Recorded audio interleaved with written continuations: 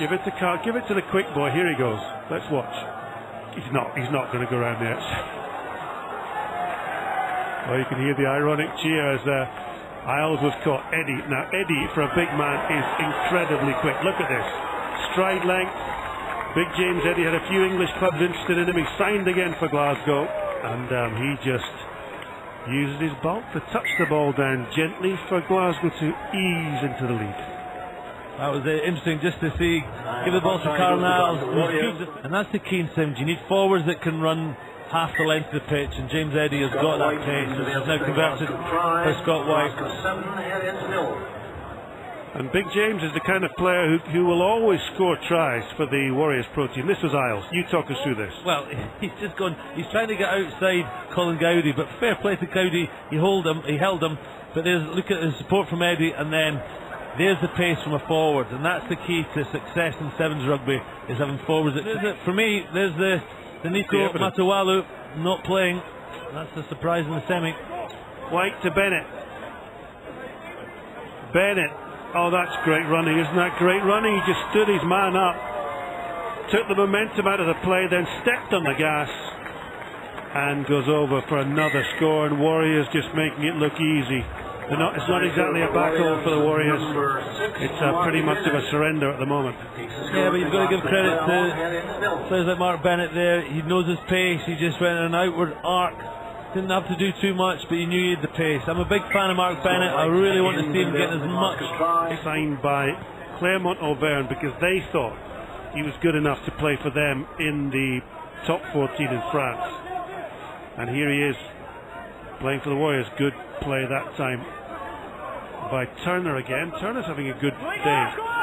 But I do think as well that when it comes to the abrasive stuff, big Rory Hughes, the number 10 for Glasgow today, had a really aggressive afternoon. Gowdy. Short ball again. A lot we're seeing of Turner. Turner he's not scared, but he flew into that tackle, and Bennett has it again as he got the legs. He's ushered into the touch, and it's going to be Wilson. Wilson to Maltman. Maltman to Turner. Turner looks up. He's got Douglas. Oh, he juggles it like a fairground magician, and that's a try. Yeah, good try by Heriot. They've got some good players. Maltman's played. A lot of Michael Maltman's played in the Scotland Sevens team. Mark Bennett just tries to keep the ball in play, but it goes straight to Heriot's hand. But look at the work rate off the ball from Heriot. That's Maltman there with a good pass. And this is a big long pass out to the big fella in the wing. He juggles with it. He took it, and it's a good score from Heriot. They come back into the game. Just to remind people, what you're watching is full-time pros who are fitness tested every week in the all whites up against effectively part-time rugby players. And here's Graham Wilson with well, that could be a very good conversion. No, he just puts it to the left. And Heriot's acquitting themselves with a great deal of pride here. And Heriot's coach will be pleased with that try. Can they repeat it? Well, it's a good lift by James Eddie, but it was plucked out of the air by number 1 Murray Douglas, who's impressed. Bosso. Turner. And Eddie just helps his opposition player up, and gorgeous conditions. It's a low-lying sun. It's like a tropical sun now. It's just low in the eye, look. You can see the sweat on the brow of big James Eddie. Shadows across the pitch. You can even see the shadow of the ball as it goes across the pitch. Great pictures. Bosso. Out to Learmonth. Learmonth is, well, he's just brought down, and here's Colin Isles. Isles, the quickest man in world rugby, just picks the ball up in a couple of quick strides, and he's now coasting in. 5 meters to go, 4 meters. Dots the ball down, and when you've got speed like that, Andy, it must be fantastic. I wouldn't know, John, unfortunately, but as you say, when Carl Niles got that ball and he was against Murray Douglas, who just scored for Heriot, it was a wee bit of a mismatch. No disrespect to Murray Douglas, but there's not a player arguably in world rugby could have stopped him there. Pure gas. There is a YouTube collection of Murray Douglas which is worth looking up, as White just sticks the ball through between the uprights. And the beauty of Carlin Isles is he's been brought across here, hasn't he? People wondering, look, why are they bringing him across here?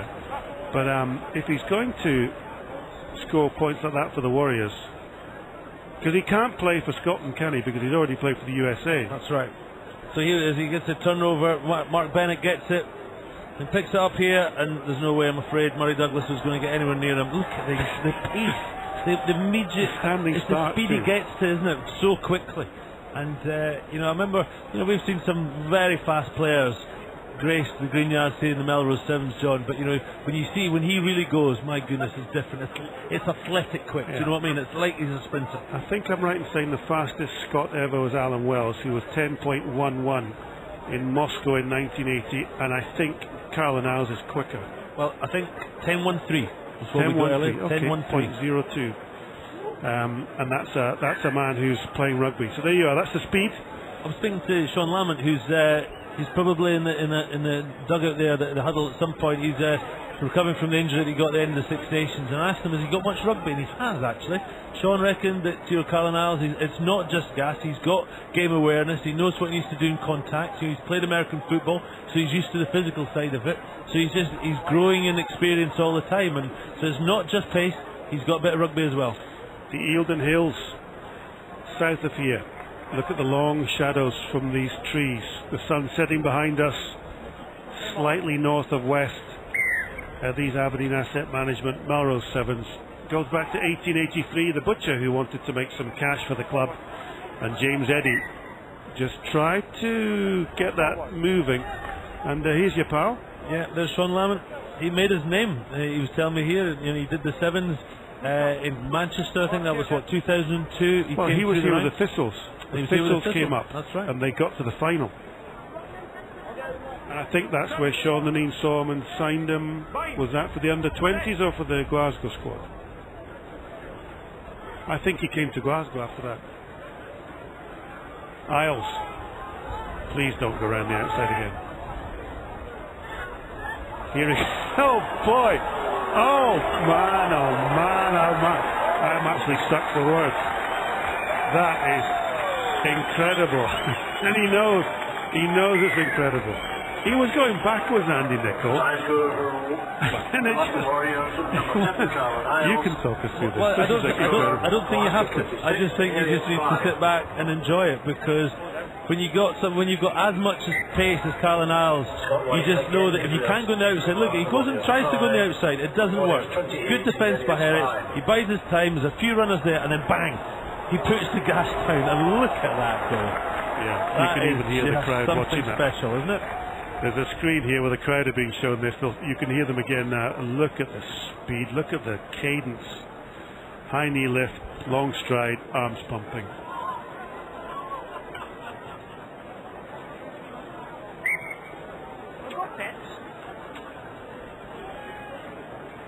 Just as it gets to 28-5 for the Warriors, it makes Heriot have got an even tougher job, because there's the man with the ball in his hands. Nico Matawalu has come on for the second half.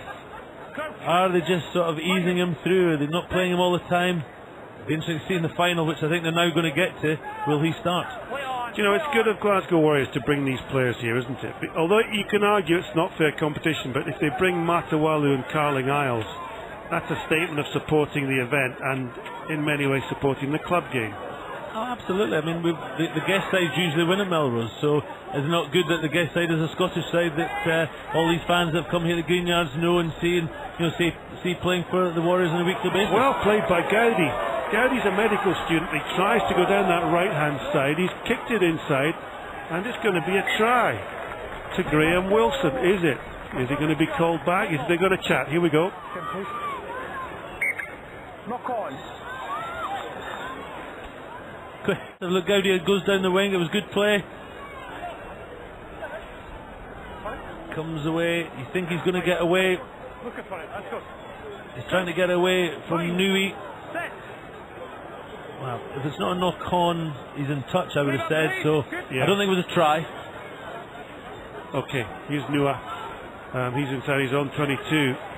inside to Matawalu. Matawalu, watch this, he'll just step on the gas. He's not going to be caught. And Nico Matawalu is going to run this all the way. He's being chased everywhere by Milligan, but just tempts him in and touches it down. And we've got some special talent on view today, Andy Nichols. Oh, well, without doubt. I mean, Matawalu is just pure class. He lit up Hong Kong 3 years ago, and you know, in amongst great players, he stood out. He was that good that day, and here he is at Green Yards, and you know, he's just a special sevens player. I mean, when he plays 15s for the Warriors, he's lit up Scotstoun, and the fans love him at Scotstoun.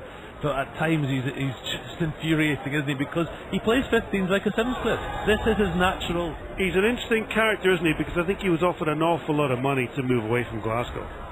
An awful lot of money to play in France and England, but he stayed because he likes it so much. That was a knock-on. Gowdy was away again. He was the beneficiary of no real pressure. No, so they'll be enjoying this. Scott White will be hoping in an hour's time or so he's lifting them at the Ladies' Cup for a second time after Melrose done it, but there's another try for Lee Jones. Yeah, Matawalu again at the base of the scrum. He didn't pass the ball back, he kicked the ball back. And Jones, who's had international rugby, just too much strength, too much speed, too much ability. Takes the score to Glasgow Warriors 38, Heriot 5. Yeah, it just comes to Lee Jones, nice step, he's got pace, he's played a lot of sevens rugby. You know, a couple of years ago, man, he broke up the 15 side, he played in the wing for Scotland. Played at Lansdowne Road. Yeah, really good.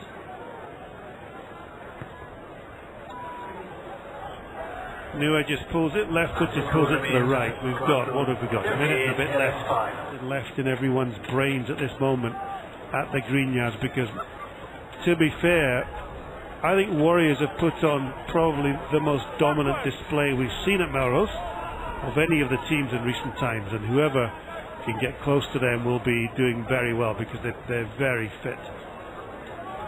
Nice kick.